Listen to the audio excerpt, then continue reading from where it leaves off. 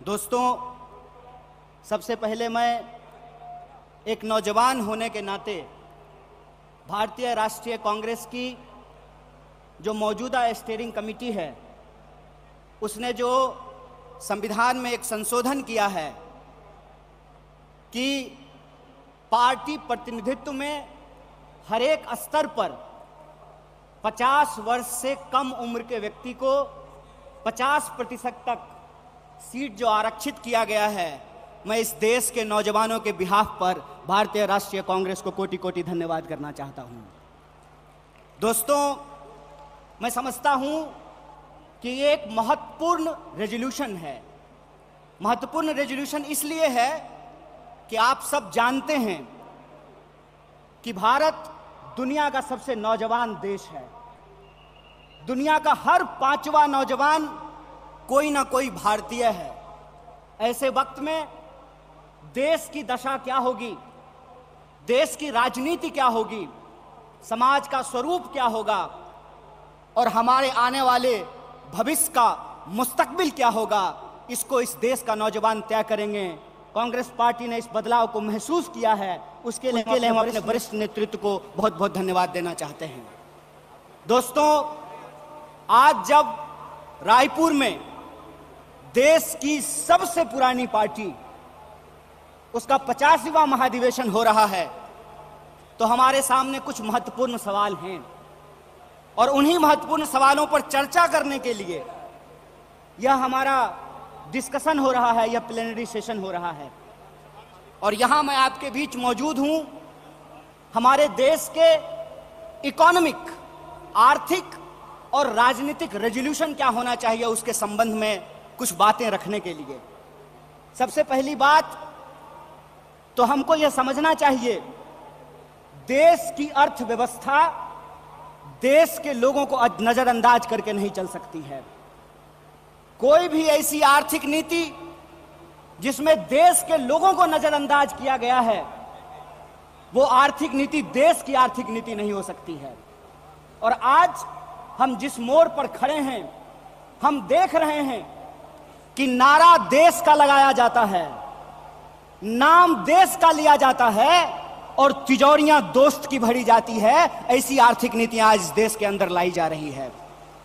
मेरा एक सीधा सवाल है इस देश के हुक्मरानों से, कांग्रेस पार्टी का एक आम कार्यकर्ता होने के चलते, कि ऐसी कौन सी ऐसी नीति है कि देश गरीब हो रहा है। हमारा आर्थिक आंकड़ा हमको बताता है कि देश में सबसे ज्यादा बेरोजगारी है आज के वक्त में। कोई ऐसा सेक्टर नहीं है जहां बेरोजगारी सर चढ़ करके बोल नहीं रही है। आप तमाम सर्वे उठा करके देख लीजिए, लगातार अमीर और गरीब की खाई बढ़ती जा रही है। इस देश के संसाधनों पर मुट्ठी भर लोगों का कब्जा होता जा रहा है। वैसी परिस्थिति में जो देश की संकल्पना है, जिसको महात्मा गांधी ने देखा है, जिसको मौलाना अबुल कलाम आजाद ने देखा है, जिसको सुभाष चंद्र बोस ने देखा है, जिसको श्रीमती इंदिरा गांधी ने देखा, जिसको स्वर्गीय राजीव गांधी ने देखा, जिसको इस देश की संविधान ने इस रूप में वर्णित किया है कि देश देश के लोगों से बनता है।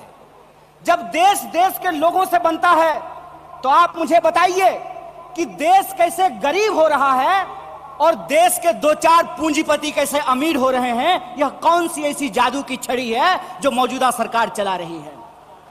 आप मुझे बताइए कि आम लोगों की आमदनी घटती जा रही है और देश के 1-2 पूंजीपति दुनिया के अमीरों की सूची में जाकर के शुमार हो जाते हैं। मैं यहां यह बात स्पष्ट कर देना चाहता हूं, हमारी पार्टी अमीरों के खिलाफ नहीं है, हमारी पार्टी पूंजीपतियों के खिलाफ नहीं है, हमारी पार्टी उद्योग धंधों के खिलाफ नहीं है, हमारी पार्टी उद्योगपतियों के खिलाफ नहीं है। लेकिन हम ऐसा देश नहीं चाहते हैं जहां आम लोगों के पास रोटी नहीं हो और प्रधानमंत्री के पास चलने के लिए 8,500 करोड़ का विमान हो। हम ऐसा देश नहीं चाहते हैं कि इस देश के आम लोगों के हाथ में शिक्षा नहीं हो, कलम नहीं हो, स्लेट नहीं हो, कंप्यूटर नहीं हो, मोबाइल नहीं हो और इस देश की जो सरकारी संपत्तियां हैं, बीएसएनएल के बारे में क्या कहा गया? बीएसएनएल के बारे में कहा गया, बीएसएनएल का मतलब होता है भाई साहब नहीं लगेगा। अरे भाई साहब नहीं लगेगा तो आप मुझे बताइए कि जियो धन धनाधन कैसे करेगा? यह सवाल आज इस देश के सामने खड़ा है। सरकार क्या करेगी?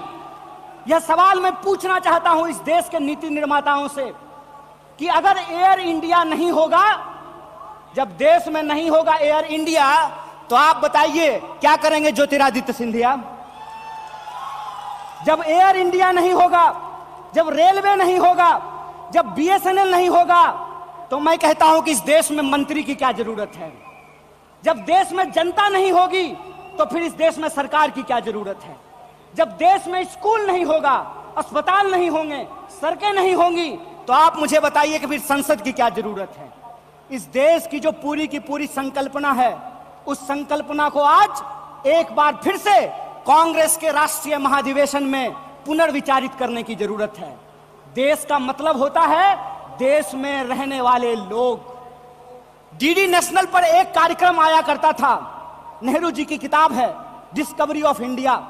डिस्कवरी ऑफ इंडिया के एपिसोड में नेहरू जी आम लोगों से पूछते हैं कि बताइए कौन है भारत माता? किसको भारत माता कहते हैं? भारत माता इस देश में रहने वाले लोग हैं। जब हम भारत माता की जय बोलते हैं तो भारत माता की जय बोलने का मतलब है इस देश के 140 करोड़ लोगों की जय।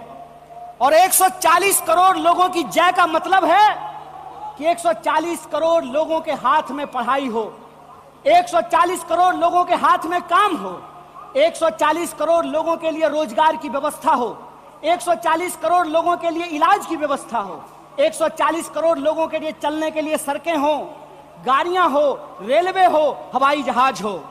और आपने देखा कि देश में कुछ लोग लोकतंत्र को अपनी बपौती समझ लिए हैं।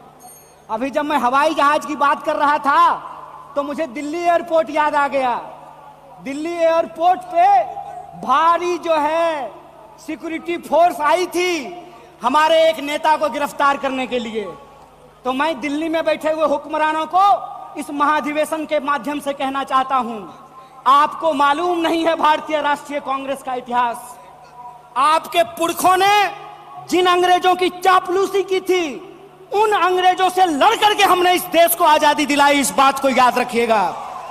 ना आपके जेल से डरेंगे, ना आपके मुकदमे से डरेंगे, ना आपकी लाठियों से डरेंगे, ना आपकी गोलियों से डरेंगे। भारतीय राष्ट्रीय कांग्रेस इस देश की पार्टी है और इस देश के हकूक के लिए लड़ती रहेगी। इस बात को याद रखिएगा। और आज के समय में जो आर्थिक लूट की नीतियां चल रही हैं कि प्राइवेटाइजेशन ऑफ प्रॉफिट और सोशलाइजेशन ऑफ लॉस, फायदा होगा तो अदानी का और नुकसान होगा तो एलआईसी का, ये हम नहीं चलने देंगे। इस बात को आप याद रखिएगा।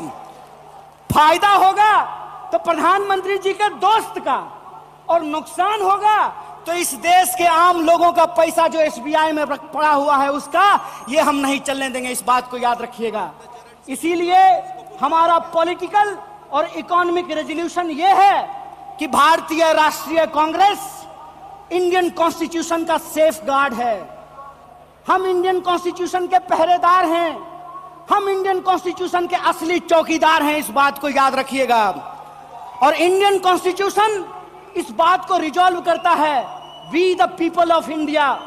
और यह जो we the people of India है, इसमें इस देश में रहने वाले वो तमाम लोग, चाहे हिंदू हो, मुसलमान हो, सिख हो, ईसाई हो, जैन हो, पारसी हो, बुद्धिस्ट हो या वैसे भी लोग जो किसी धर्म को नहीं मानते हैं, वो सब भारत के लोग हैं। और उनके हकूक के लिए, उनके अधिकार के लिए, कल्याणकारी राज्य की अवधारणा को बचाए रखने के लिए भारतीय राष्ट्रीय कांग्रेस संघर्ष करेगी। और यही जो पॉलिटिकल रेजोल्यूशन है कि हम देश के लोगों के बुनियादी सवालों के लिए रोजी रोटी, कपड़ा, मकान, शिक्षा, स्वास्थ्य, सड़क, बिजली, पानी और इस देश के संविधान के लिए संघर्ष करते रहेंगे। इसी आशा और उम्मीद के साथ आप तमाम सम्मानित मंच और आप तमाम प्रतिनिधियों का एक बार पुनः स्वागत करते अपनी बात को खत्म करूंगा। शुक्रिया।